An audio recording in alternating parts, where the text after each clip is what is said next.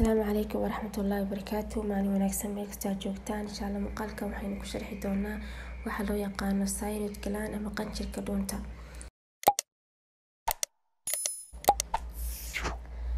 qanjirkan wuxuu soo daayaa dheecaano muhiim u ah badqabka jirkeena wuxuuna ka mid yahay qanjirada ugu muhiimsan jirkeena. waxaa jira cillado caafimaad oo soo wajihi kara ama ku dhici kara qanjirkan dhuunta ama waxa loo yaqaano thyroid gland. cilladaha qanjirkani waxaa loo kala qaybiyaa laba nooc oo kala duwan oo iska soo horjeeda. nooca koowaad waxaa loo yaqaanaa hypothyroidism, nooca labaad waxaa loo yaqaanaa hyperthyroidism. labadan cilladood aan soo sheegnay mid walba wuxuu leeyahay astaamo iyo calaamado lagu garto oo gooniya qofkana uu dareemi karo markuu la kulmo xaaladahani. mid walbana waxay u baahan tahay daryeel iyo in si gaar ah loola tacaalo. haddaba maxaa keeni karaa inuu qanjirkan thyroidka ama qanjirka dhuunta uu ku yimaado howlgab? kow, waxaa keeni kara caabuq ku dhaca qanjirka oo dila unugyada soo saari lahaa ama unugyadii soo saari lahaa dheecaanada hormoonka. labana waxaa keeni karaa in qof qabay kacsanaanta qanjirka thyroidka ama dhuunta la siiyo daawooyin. tusaale ahaan, qofka isagoo qaba xanuunkani balse uusan ka warqabin oo uusan wax baaritaana sameynin warna uusan u haynin inuu iska qaato daawooyinkaasna ay saameeyaan ama saameyn ku yeeshaan xaggii qanjirka shaqadiisii iyo weliba qaabka u shaqeynayay ama usoo daanayay dheecaanada, kadibna qanjirkii uu ku dhaco howlgab. taas waxaa ka dhalanaysa qofka marba hadduu isku arko calaamadaha qanjirkan noocay rabtaba ha ahaato inuu markaasi baaritaan sameeyo, sababtoo ah qofka isagoon ka warqabin inuu qabo cilladaha ku dhaca qanjirkani hadduu daawooyin isku qaato waxay saameyn u yeelan kartaa xagga shaqadii qanjirka. 3, inuu qofku ku yaryahay jirkiisa maadada hormoonka laga sameeyo ee loo yaqaano iodine. 4, qanjir kale oo waxaa jira ku yaala maskaxda oo loo yaqaano pituitary gland, shaqadiisuna waxay tahay inuu kontaroolo ama amar siiyo qanjirkan thyroidka. haddaba haddii qanjirkaas pituitary-ga uu cilladeysan yahay ama cillad ka jirto xaggiisa waxay saameyn ku yeelan kartaa qanjirkan thyroidka. 5, in qanjirka gabi ahaanba qofka laga saaray sababo la xiriira xanuuno ama buro markaasi kasoo baxday awgeed, taasna waxay keeni kartaa inuu qanjirkii uu howlgabo. waa haddii qofka gabi ahaanba laga saaray qanjirka.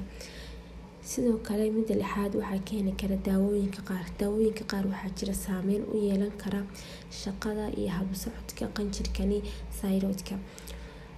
midda 7 waxaa keeni kara uurka. xilliga uurka lagu jiro hooyooyinka ay ku jiraan qanjirkan shaqadiisu way yaraataa sababo la xiriira isbedelada hormoonada jirka oo dhan.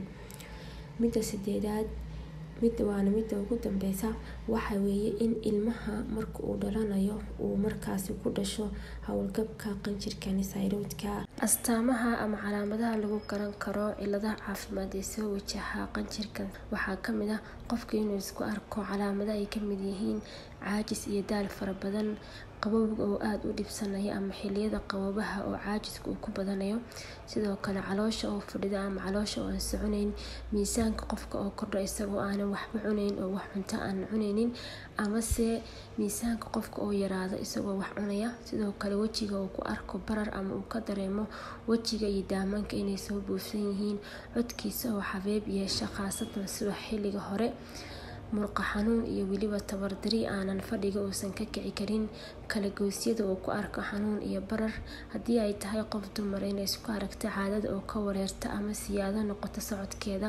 sidoo kale qofka inuu isku arko tinta oo khafiif ka noqoto ama tinta oo ka go-aysa, inuu dareemo maqaarka jirka uu ka dareemo markaasi inuu yeesho qallayl fara badan, sidoo kale hilmaamka oo ku bata qofka inuu noqdo mid daalkiisa uu soo noqnoqdo. sidoo kale haddii ay tahay haweeney inay isku aragto xilliga uurka inay ilmaha kasoo dilmayaan oo dilanka uu ku bato. sidoo kale qanjirka oo soo kuusma ama soo bararo, qofkana inuu dareemo in markaasi la xijinayo oo kale. fiiro gaar ah, dad badan oo waxaa jira qaba xanuunkani ku dhaca qanjirka dhuunta oo laakiin aysan dhuunta soo bararsaneyn, kaliya isku arka calaamadaha kale. Dadka badankood xanuunkan ayay qabaan laakiin dhuunta wax barar ah kuma lahan, taasna micnaheedu maahan inuusan xanuunka qabin. Haddaba waxaa loo baahan yahay haddii aad isku aragtid calaamadahan ama wax ka mid ah calaamadahan intay doonaanba ha noqdeen inaad is soo baartid oo baaritaan caafimaad samaysid hore markaasi wax looga qabto xanuunka. Sidee lagu ogaan karaa inaad qabtid xanuunada ku dhaca qanjirka thyroidka ama thyroid gland? Kow, waxaa muhiim ah inaad markaasi samaysid baaritaan caafimaad oo la xiriira xagga dhiigga iyadoo markaasi la fiirinayo heerarka ay joogaan dheecaanada qanjirka thyroidka, iyadoona la eegayo xaaladaha ku imaan kara qanjirkani inay dhacsan yihiin ama inay hoos u dhacsan yihiin soo deynta hormoonkan, sidoo kale inay kacsan yihiin in kale, iyo sidoo kale baaritaanada kadib waxaa muhiim ah in markaasi jawaabta soo baxday la ogaado. Kadibna markaasi waxay sahlaysaa in cilada caafimaad ee qanjirkani haysa markaasi si fudud loo ogaado. Haddaba haddii qanjirkan uu ku dhaco wax cilada ah, daawo ma leeyahay? Qanjirkan ciladaha ku dhaca dhammaan daawooyin way leeyihiin. Daawadana waa mid fudud, waana inuu qofka qaato kaniini galaya beddelka hormoonka maqan. Daawadaasna waxaa loo yaqaanaa thyroxine oo ah qofka inuu qaato hal kaniini maalin kasta si joogto ah inta uu nool yahay.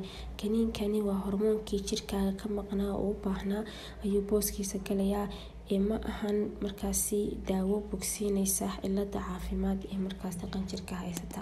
Muuqaalkani waan intaasuu ka yahay. Haddii aad waxun ka faa'iiday la wadaag asxaabta. Haddii aad nagu cusub tahay nagu soo biir. Haddii aad horey noola joogtana laagta nagu dhiirigeliyo. Assalaamu calaykum waraxmatullaahi wabarakaatuh.